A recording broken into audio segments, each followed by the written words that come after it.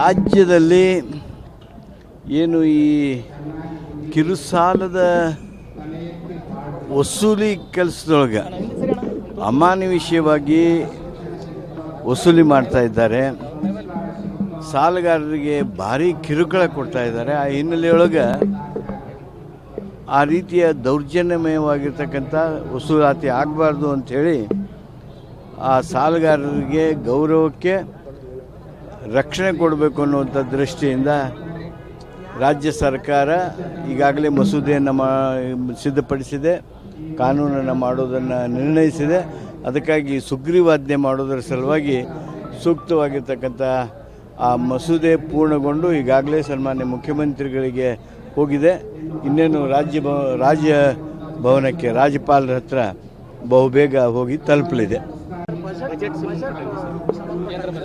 ನೋಡಿ, ಕೇಂದ್ರದ ಬಜೆಟ್ಟು ನಮ್ಮ ಕರ್ನಾಟಕಕ್ಕೆ ತುಂಬ ನಿರಾಶೆಯನ್ನು ತಂದಿದೆ. ಒಂದು ಮಾತು ಕರ್ನಾಟಕದ್ದು ನೋಡಿ ಹೀಗಾಯಿತು ಹೀಗಾಗಿದೆ ಅಂತೇಳಿ ಹೇಳುವಂಥದ್ದು ಯಾವುದೂ ಇಲ್ಲ ಅನ್ನೋದನ್ನು ನೀವು ಎಲ್ಲರೂ ಒಪ್ತೀವಿ. ಇದು ಒಂದು ರೀತಿ ಬಿಹಾರದ ಚುನಾವಣಾ ಘೋಷಣಾ ಪತ್ರ ಆಗಿದೆ, ಮ್ಯಾನಿಫೆಸ್ಟೋ ಆಗಿದೆ. ಫೆಡ್ರಲ್ ವ್ಯವಸ್ಥೆಯೊಳಗೆ ನಮ್ಮ ವಿಶ್ವಾಸ ಕಮರುವ ರೀತಿಯೊಳಗೆ ಬಜೆಟ್ ಬಂದಿದೆ. ಇವತ್ತು ನಮ್ಮ ರಾಜ್ಯಕ್ಕೆ ಪಾಲು ಎಷ್ಟು, ನಾವು ಟ್ಯಾಕ್ಸ್ ಎಷ್ಟು ಕೊಡ್ತೀವಿ, ನಾವಿಷ್ಟೆಲ್ಲ ರೆಸೊಲ್ಯೂಷನ್ ಮಾಡಿದರು, ವಿಧಾನಸಭೆಯಲ್ಲಿ ನಾವು ಠರಾವು ಮಾಡಿದ್ವಿ, ವಿಧಾನ ಪರಿಷತ್ನಲ್ಲಿ ಠರಾವು ಮಾಡಿದ್ವಿ, ಏನೋ ಅದರದ್ದು ಪರಿಣಾಮವೇ ಇಲ್ವೇ? ಈ ದಕ್ಷಿಣ ಭಾರತದವ್ರಿಗೆ ಭಾರಿ ಅನ್ಯಾಯ ಮಾಡುವಂಥ ಬಜೆಟ್ ಇದಾಗಿದೆ. ಅಷ್ಟೇ ಅಲ್ಲ, ನಮ್ಮ ಕರ್ನಾಟಕಕ್ಕೆ ನಾವೆಲ್ಲ ನಿರೀಕ್ಷೆ ಮಾಡ್ತಾಯಿದ್ವಿ. ಭದ್ರಾಕ್ಕೆ 5,000 ಕೋಟಿ ರೂಪಾಯಿ ಕೊಟ್ಟಿದ್ದರು, ಈ ಸಲ ಮತ್ತೆ ಅದನ್ನ ಘೋಷಣೆ ಮಾಡಿ ಕೊಡ್ತಾರೆ ಅಂತ. ಅಲ್ಲಿ ಏನೂ ಬರಲಿಲ್ಲ.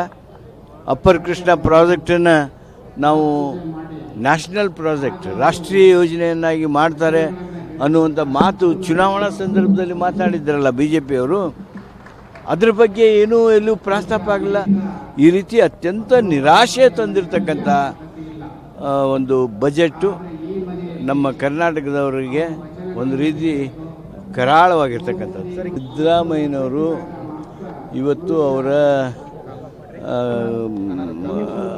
ಅವರ ಕಾರ್ಯಕ್ರಮಗಳನ್ನು ರದ್ದುಪಡಿಸಿದ್ದಾರೆ. ಮಂಡಿ ನೋವೇನೋ ಕಾಣಿಸ್ಕೊಂಡಿದೆ, ಅವ್ರಿಗೊಂದು ಲಿಗಮೆಂಟ್ ಟೇರ್ ಆಗಿತ್ತು ಹಿಂದಕ್ಕೆ, ಆ ಭಾಗದಲ್ಲಿ ಹೆಚ್ಚು ಪ್ರೆಷರ್ ಏನೋ ಬಿತ್ತಂತೆ, ಒಳೆದಿರಬೇಕು. ಆದ್ದರಿಂದ ಅವ್ರಿಗೆ 2 ದಿವಸ ವಿಶ್ರಾಂತಿ ವೈದ್ಯರು ಹೇಳಿರೋ ಕಾರಣ 2 ದಿವಸ ಅವರು ಕಾರ್ಯಕ್ರಮವನ್ನು ರದ್ದುಗೊಳಿಸಿದ್ದಾರೆ. ಬಹುಬೇಗ ಅವರು ತಮ್ಮ ಕರ್ತವ್ಯದ ಮೇಲೆ ಮತ್ತೆ ಹಾಜರಾಗ್ತಾರೆ. ನೋಡಿದೆ, ಅವರು ರಾಜೀನಾಮೆ ಕೊಟ್ಟಿದ್ದನ್ನು ಪತ್ರಿಕೆಯಲ್ಲಿ ನೋಡಿದೆ, ಟಿ ವಿಯಲ್ಲೂ ಕೇಳಿದೆ. ಮಾನ್ಯ ಮುಖ್ಯಮಂತ್ರಿಗಳು ಅದಕ್ಕೆ ಪ್ರತಿಕ್ರಿಯಿಸಿದ್ದಾರೆ. ನಾನು ಅವ್ರನ್ನ ಕರೆದು ಮಾತಾಡ್ತೀನಿ ಅಂತ ಹೇಳಿದ್ದಾರೆ. ಅದು ಮಾತಾಡ್ತಾರೆ, ಅವರವರು ಸ್ನೇಹಿತರು ಹೌದು. ಅದು ಬಹುಬೇಗ ಸಮಸ್ಯೆ ಏನಾದರೂ ಇದ್ದರೆ ಅದು ಬಗೆಹರಿತದೆ. ಗೊತ್ತಿಲ್ಲ ನನಗದು, ಅದ್ರ ಸಲ ಕೊಟ್ಟರೆ ಎದ್ರ ಸಲ ಕೊಟ್ಟರೆ ಗೊತ್ತಿಲ್ಲ. ಆದರೆ ಬಹುಬೇಗ ಅದೇನಾದ್ರು ಸಮಸ್ಯೆ ಇದ್ರೂ ಬಗೆಹರಿತದೆ.